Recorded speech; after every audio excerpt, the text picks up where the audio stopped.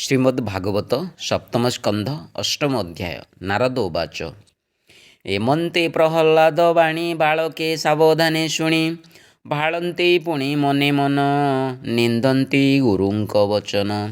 ଏଣେ ଆମ୍ଭର କାର୍ଯ୍ୟ ନାହିଁ ଏମନ୍ତ ଭାଳି ସର୍ବେ ଯାଇ ଗୁରୁଙ୍କ ଆଗେ ଜଣାଇଲେ ସଂକ୍ଷେପୀ ସକଳ କହିଲେ। ଶିଷ୍ୟଙ୍କ ବାକ୍ୟ ଶୁଣି ଗୁରୁ ମନେ ପାଇଲେ ଚିନ୍ତା ଗରୁ ଏକାନ୍ତ ବୁଦ୍ଧି ତ ଏହାର ଅନ୍ୟେ ଅଲକ୍ଷ୍ୟ ଗୋଚର। ସତ୍ୟ ସଂଯୁତେ ଆବରିଲା ବାଳକ ବୁଦ୍ଧି ନାଶ କଲା। ଯେବେ ଏହାର ବୋଲେ ଥିବେ ସର୍ବ ବାଳକ ନାଶ ଯିବେ। ଏମନ୍ତ ହୃଦୟେ ବିଚାରି ରାଜଦଣ୍ଡକୁ ଭୟ କରି ବେଗେ ରାଜାର ଆଗେ ଆସି ବିସ୍ତାରି କହିଲେ ବିଶ୍ୱାସୀ। ରାଜନ ଶୁଣି ସର୍ବକଥା ମନେ ପାଇଲା ଗରୁ ବ୍ୟଥା।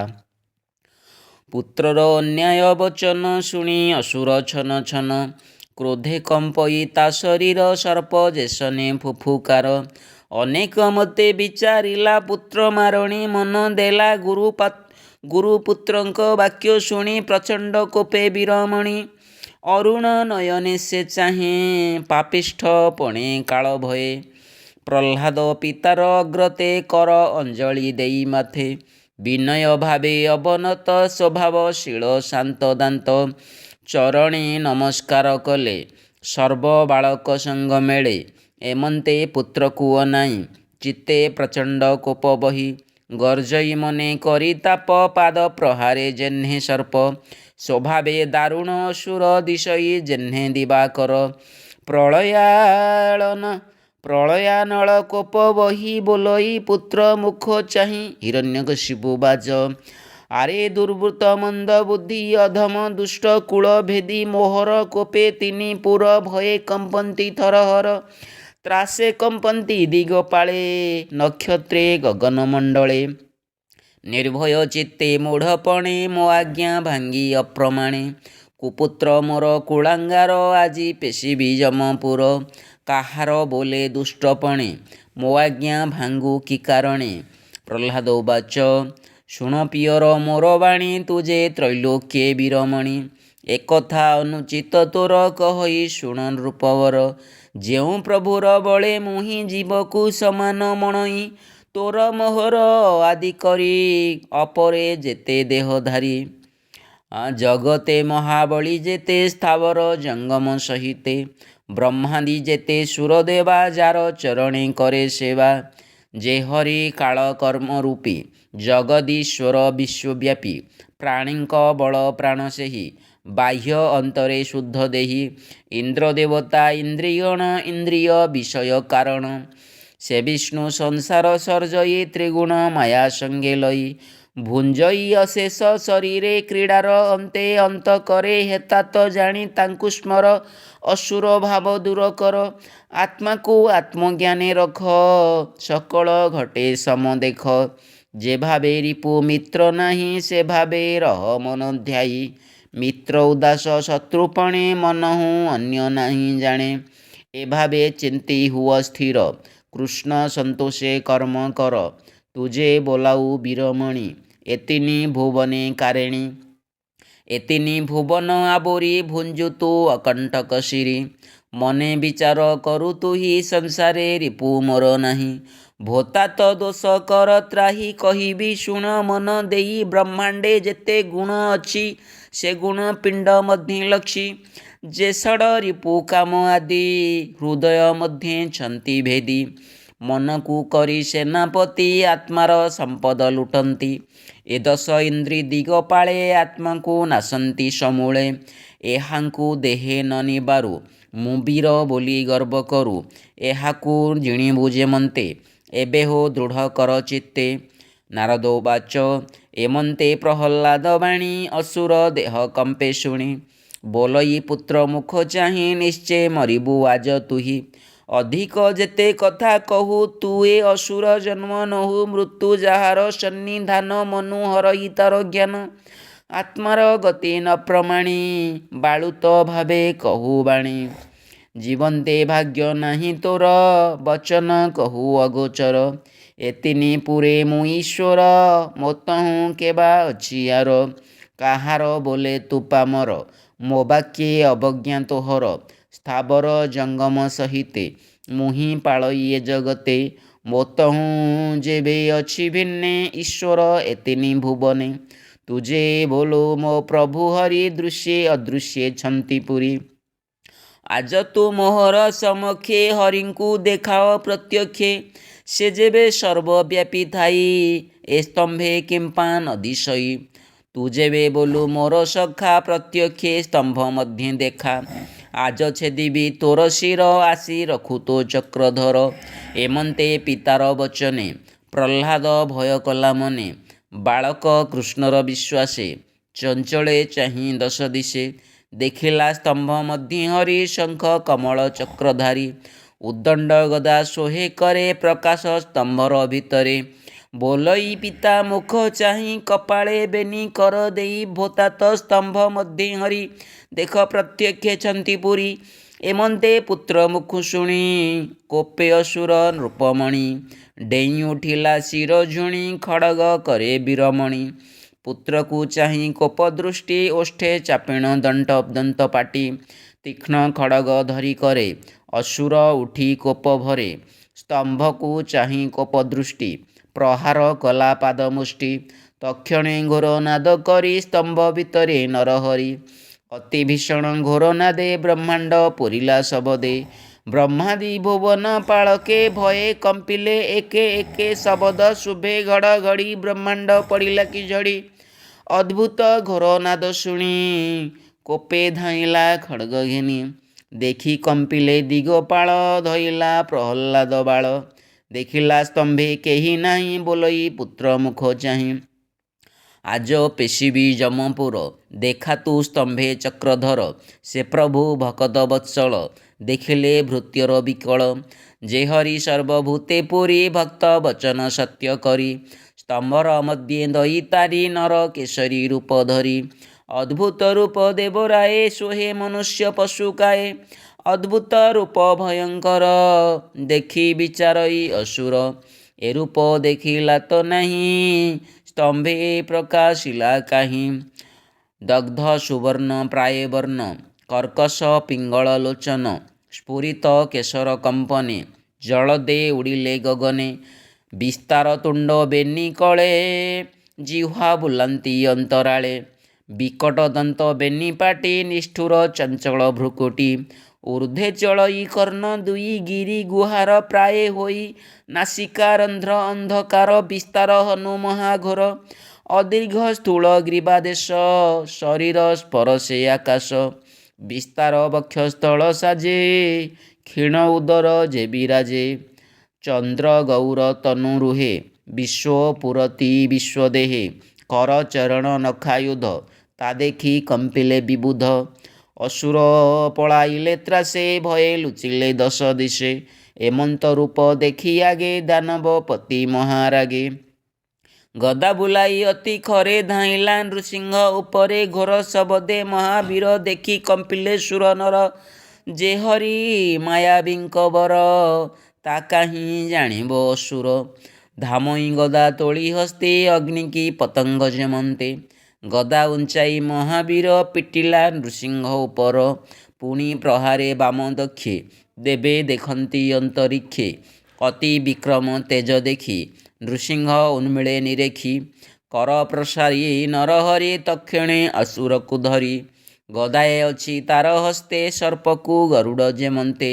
ତକ୍ଷଣେ ଦାନବ ନୃପତି ହସ୍ତରୁ ଗଳି ଚିତ୍ରଗତି ଗରୁଡ଼ ହସ୍ତୁ ଯେହ୍ନେ ନାଗ ପଡ଼ି ଧାମଇ ଅତି ବେଗ ଓଷ୍ଠ କାମୁଡ଼ି ଅତି ବଳେ ଦେଖି ଡରିଲେ ଦିଗପାଳେ ଅସାଧ୍ୟ ଦେଖି ଦେବଗଣେ ମେଘେ ଲୁଚିଲେ ତତକ୍ଷଣେ ନୃସିଂହ ହସ୍ତୁ ଜାନ୍ତେ ଗଳି ଦେବେ ଭାଳନ୍ତି ଶୂନ୍ୟେ ମିଳି ପୁଣି ଅସୁର ନାଦ କରି ତକ୍ଷଣେ ଖଡ଼୍ଗ ଚର୍ମ ଧରି ଚର୍ମେ ଶୋଭିତ ଶତଚନ୍ଦ୍ର ଦୁର୍ଜୟ ଅସୁର ନରେନ୍ଦ୍ର ଖଡ଼୍ଗମଣ୍ଡଳ ଗତି ଦେଖି ଭୟେ ବୁଝିଲେ ସର୍ବେ ଆଖି ଶୂନ୍ୟେ ଉଡ଼ଇ ବାହୁବଳେ ପୁଣି ମିଳଇ ଭୂମି ତଳେ ଚଣ୍ଡାଟ ହାସେ ନରହରି କୋପେଣ ଅସୁରକୁ ଧରି ଦୃଢ଼େ ଚାପନ୍ତେ ପୁଣି ଗଳି ତଳେ ପଡ଼ିଲା ମହାବଳୀ ପୁଣି ଧରନ୍ତି ଅତି ବେଗେ ବଳେ ଉଛୁଡ଼େ ଦଶ ଦିଗେ ପୁଣି ହିଁ ଚାପିଲେ ଅଧରେ।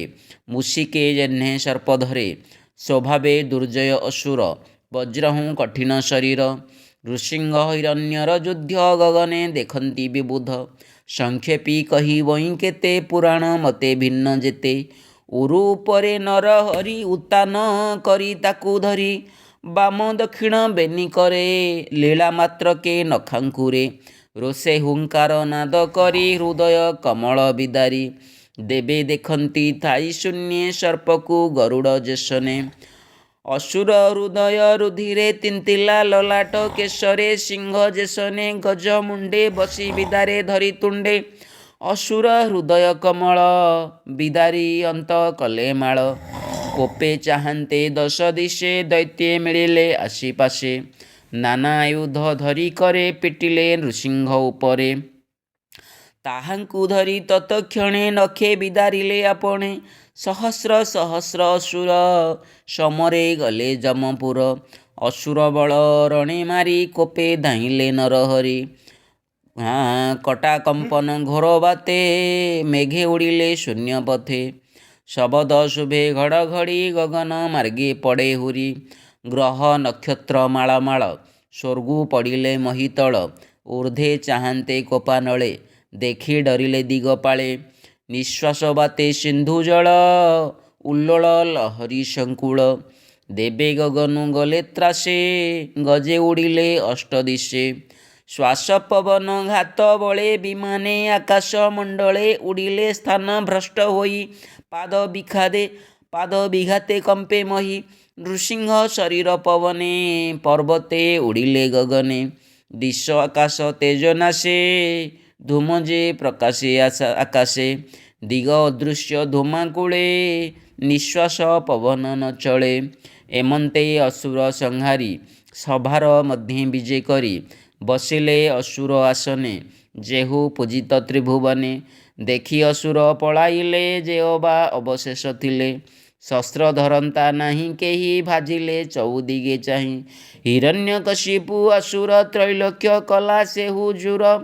ସଂଗ୍ରାମେ ହରି ତା ଜୀବନ ସୃଷ୍ଟି ରଖିଲେ ଭଗବାନ। ଅସୁର ନିଧନ ସମ୍ବାଦେ ବିବୁଧେ ପରମ ଆନନ୍ଦେ। ନନ୍ଦନ ବନୁ ପୁଷ୍ପ ତୋଳି ଶୂନ୍ୟେ ସକଳ ଦେବେ ମିଳି। ହରସ ଲୋଚନେ ଅନାଇ ମଙ୍ଗଳ ସ୍ୱରେ ଗୀତ ଗାଇ। ମିଳି ସକଳ ସୁର ନାରୀ ସାନନ୍ଦେ ପୁଷ୍ପ ବୃଷ୍ଟି କରି। ଶୂନ୍ୟେ ଅସୁରେ ଭୟେ ଭାଳି ଥିଲେ ଯେ ଦଶ ଦିଗେ ମିଳି। ଗଗନେ ବିମାନ ସଙ୍କୁଳେ ମିଳିଲେ ଦଶ ଦିଗ ପାଳେ। ଦୁନ୍ଦୁଭି ବାଦ୍ୟ ନାଦ କଲେ ଗନ୍ଧର୍ବେ ଅପସରା ମେଳେ। ହରସେ ନୃତ୍ୟ ଗୀତ କରି ଚିତ୍ତ ଆନନ୍ଦେ ମଦ ଭରି। ବ୍ରହ୍ମା ଶଙ୍କର ଇନ୍ଦ୍ର ତୁଲେ ଋଷିଏ ପିତୃ ସିଦ୍ଧ ମେଳେ।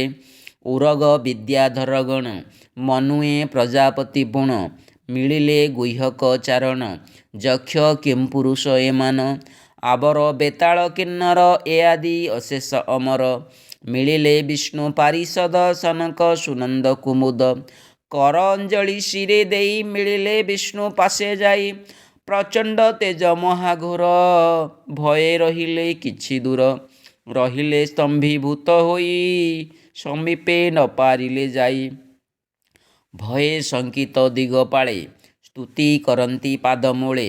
ବ୍ରହ୍ମା ନୃସିଂହ ମୁଖ ଚାହିଁ ବୋଲନ୍ତି ଶିରେ କର ଦେଇ। ବ୍ରହ୍ମା ଉବାଚ ନମସ୍ତେ ଅନନ୍ତ ମୂରତି ଦୁରନ୍ତ ବୀର୍ଯ୍ୟ ତୋର ଶକ୍ତି। ବିଚିତ୍ର ବୀର୍ଯ୍ୟ ଶୁଦ୍ଧ କର୍ମା ଅଶେଷ ତୋହର ମହିମା। ଗୁଣ ସଂଯୋଗେ ଲୀଳା ମତେ ସଂସାର ସୃଷ୍ଟି ସ୍ଥିତି ଅନ୍ତେ। ଅଶେଷ ଯାହାର ମହିମା କେ କହି ପାରେ ଗୁଣ ସୀମା। ସେ ପ୍ରଭୁ ଚରଣାର ବିନ୍ଦେ ପ୍ରସନ୍ନ ଅର୍ଥେ ମୁହିଁ ବନ୍ଦେ। ସେ ହରି ପ୍ରସନ୍ନ ହୁଅନ୍ତୁ ସକଳେ ଅଭୟ ଦିଅନ୍ତୁ। ରୁଦ୍ରବାଚ ଯୁଗାନ୍ତ କାଳ ତୋର କୋପ ସ୍ୱଭାବେ ଅସୁର ଅଳପ। ହେ ପ୍ରଭୁ ଭକତ ବତ୍ସଳ ଦୁଷ୍ଟ ଅସୁର ବିନାଶିଲ। ତା ପୁତ୍ର ଭକ୍ତ ପ୍ରହ୍ଲାଦ ଆଶ୍ରା ନେଇଛି ତୁମ୍ଭ ପାଦ। ତା ସମ ଭକ୍ତ କେହି ନାହିଁ ରଖ ତାହାକୁ ଭାବଗ୍ରାହୀ। ଏ ସର୍ବ ତୋହର କିଙ୍କର ଜଗତ ତୋର ଲୀଳା ଘର। ଇନ୍ଦ୍ର ଉବାଚ ଇନ୍ଦ୍ର ଅଞ୍ଜଳି ଶିରେ ଦେଇ ବୋଲେ ନୃସିଂହ କର ତ୍ରାହି। ଏ ମହାସୁର ମହାବେଗେ ଯଜ୍ଞ ଆରମ୍ଭେ ହବିର୍ଭାଗେ। ବଳେ ଭୁଞ୍ଜଇ ଏ ଆକର୍ଷି ଆମ ହୃଦୟ ପଦ୍ମେ ପଶି। ତୁ ନାଥ ସର୍ବପ୍ରାଣୀଙ୍କର ହୃଦୟ ପଦ୍ମେ ତୋର ଘର। ସେ ପଦ୍ମ ଅସୁର ଶଶାଙ୍କେ ମୁଦ୍ରିତ ଥିଲା ଅତିରେକେ। ତୁ ଏବେ ସୂର୍ଯ୍ୟ ରୂପ ଧରି ହୃଦୟ ପଦ୍ମ ଭେଦ କରି। ତୁ ତୋର ଗୃହ ସମାର୍ଜିଲୁ ଆମ୍ଭଙ୍କୁ ଯଜ୍ଞ ଭାଗ ଦେଲୁ। ଏ ଘୋର ସଂସାର ସାଗରେ ପ୍ରାଣୀ ଜୀବନ ନିରନ୍ତରେ ଗ୍ରସ୍ତ କରଇ କାଳ ବଳେ କିବା କହିବୁ ଅନ୍ତରାଳେ। ତୋର ସେବକ ପ୍ରାଣୀଙ୍କର ତୁ ନାଥ ଶରଣ ସୋଦର। ଋଷି ସକଳ ଏକମେଳେ ସ୍ତୁତି କରନ୍ତି ପାଦ ତଳେ। ଋଷିଗଣ ବାଚ ତୋର ଚରଣ ଧ୍ୟାନ ଅର୍ଥେ ତପ ସମ୍ପାଦି ଏ ଜଗତେ। ତୋର ବଚନେ ଆମ୍ଭେ ରହି ସଂସାରେ ବିପ୍ର ଦେହ ବହି। ସେ ତପ ସାଧିବାର କଷ୍ଟ ବଳେ ହିରଣ୍ୟ କଲା ନଷ୍ଟ। ତୋର ବଚନେ ତୋତେ ଭାବି ଦୃଢ଼େ ପଦାର ବିନ୍ଦେ ସେବି। ସେ ତପ ହରିଲା ଆମ୍ଭର ନିଜ ପ୍ରତାପେ ଏ ଅସୁର। ଏବେ ଏହାକୁ ନାଶ କରି ଆମ୍ଭର ତପସ୍ୟା ଉଦ୍ଧରି। ରଖିଲୁ ବିପ୍ର ଋଷି ଧର୍ମ ତୁ ନାଥ ସର୍ବକୁଳ କର୍ମ। ପିତୃଗଣ ଉବାଚ ଆମ୍ଭର ଶ୍ରାଦ୍ଧ କର୍ମ ଯେତେ ପୁତ୍ରେ କରନ୍ତି ବେଦ ମତେ। ଆମ୍ଭ ଦିବସା ଶ୍ରାଦ୍ଧ କାଳେ ଅସୁର ଭୁଞ୍ଜେ ଆସି ବଳେ। ତିଳ ଉଦକ ଯେତେ ତୀର୍ଥେ ପୁତ୍ରେ କରନ୍ତି ଧର୍ମ ମତେ। ସେ ଶ୍ରାଦ୍ଧ ଜଳ ପାନ କରେ ଅର୍ପିତ ଦାନ ବଳେ ହରେ। ଆମ୍ଭର ଜଳ ପିଣ୍ଡ ଯେତେ ଥିଲା ଅସୁର ଗର୍ଭ ଗତେ। ନଖ ଅଙ୍କୁରେ ତାହା ଚିରି ଆମ୍ଭଙ୍କୁ ଦେଲୁ ନର ହରି। ସିଦ୍ଧେ କହନ୍ତି ଯୋଡ଼ି କର ଶୁଣିମା ଦେବ ଚକ୍ରଧର। ସିଦ୍ଧଗଣ ବାଚ ଆମ୍ଭର ଯୋଗ ସିଦ୍ଧି ଗତି ବଳେ ହରିଲା ଦୈତ୍ୟପତି। ତାହାକୁ ନଖେ ବିଦାରିଲୁ ତୁ ନାଥ ଆମ୍ଭଙ୍କୁ ରଖିଲୁ। ତୋର ଚରଣେ ନମସ୍କାର ଯେଣୁ ତୁ ଶରଣ ସୋଦର। କର ପ୍ରସାରୀ ବିଦ୍ୟାଧରେ ବୋଲନ୍ତି ନୃସିଂହ ଛାମୁରେ। ବିଦ୍ୟାଧର ବାଚ ଆମ୍ଭର ଅନ୍ତର୍ଧାନ ଗତି ତୋର ପ୍ରସାଦେ ସେ ପ୍ରାପତି। ତାହାକୁ ପଶୁବଧ ପ୍ରାୟେ ସଂହାର କଲୁ ଦେବରାଏ। ମାୟା ନୃସିଂହ ଅବତାର ଆମ୍ଭେ ଯେ ଶରଣ ତୋହର। ନାଗ ସକଳେ ଜଣାବନ୍ତି ଶୁଣହେ ପ୍ରଭୁ ଲକ୍ଷ୍ମୀପତି। ନାଗଗଣ ବାଚ ଆମ୍ଭ ଫଣାରେ ଯେତେ ମଣି ଜାଗୃହେ ଉତ୍ତମ ରମଣୀ। ସର୍ବ ହରିଲା ବାହୁ ବଳେ ଅଜୟ ଭୁବନ ମଣ୍ଡଳେ। ସେ ଭୟ ନିବାରି ଗୋବିନ୍ଦ ଆମ୍ଭଙ୍କୁ ଦେଲୁ ତୁ ଆନନ୍ଦ। ତୁ ନାଥ ସଂସାର ଉଦ୍ଧର ତୋର ଚରଣେ ନମସ୍କାର। ମନୁଗଣ ବାଚ ବିଧାତା ବଂଶେ ଅବତରି ତୋହର ଆଜ୍ଞା ଶିରେ ଧରି। ମନୁ ବୋଲାଉ ଏ ଜଗତେ ଆମ୍ଭେ ଯେ ତୋହର ଆୟତ୍ତେ।